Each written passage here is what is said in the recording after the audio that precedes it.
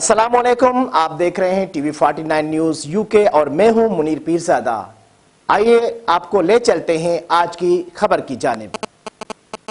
सिंध ज़कात काउंसिल की team madam शमा आरिफ मिठियानी की सरबराही में मुफ्ती फैरोज़ुद्दीन हज़ारवी और अशफाक अहमद इसरान के साथ thalassaemia care centre Nawab Shah का दौरा किया। मजीद इस हवाले से तफसीलात बता रहे हैं नवाब शाह से गुल मोहम्मद लगारी। जी गुल मोहम्मद, बताइएगा।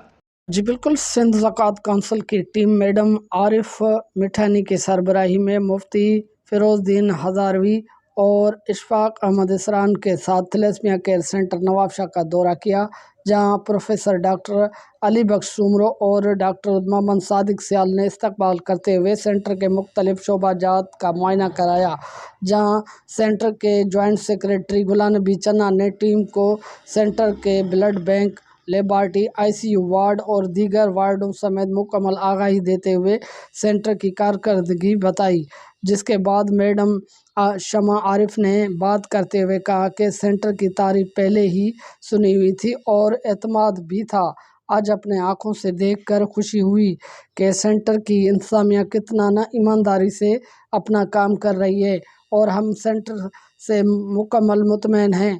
हम इंशाअल्लाह वापस जाके सिंध सरकार को कारकर्दगी बताने के बाद सिंध ज़कात काउंसिल को सेंटर की सालाना ज़कात फ़ंड के इजाफे की सिफारिश भी करेंगे।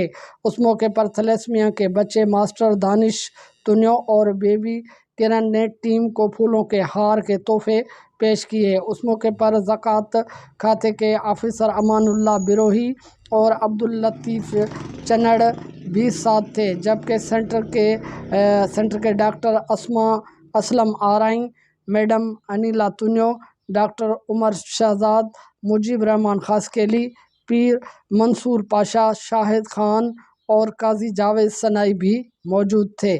जी।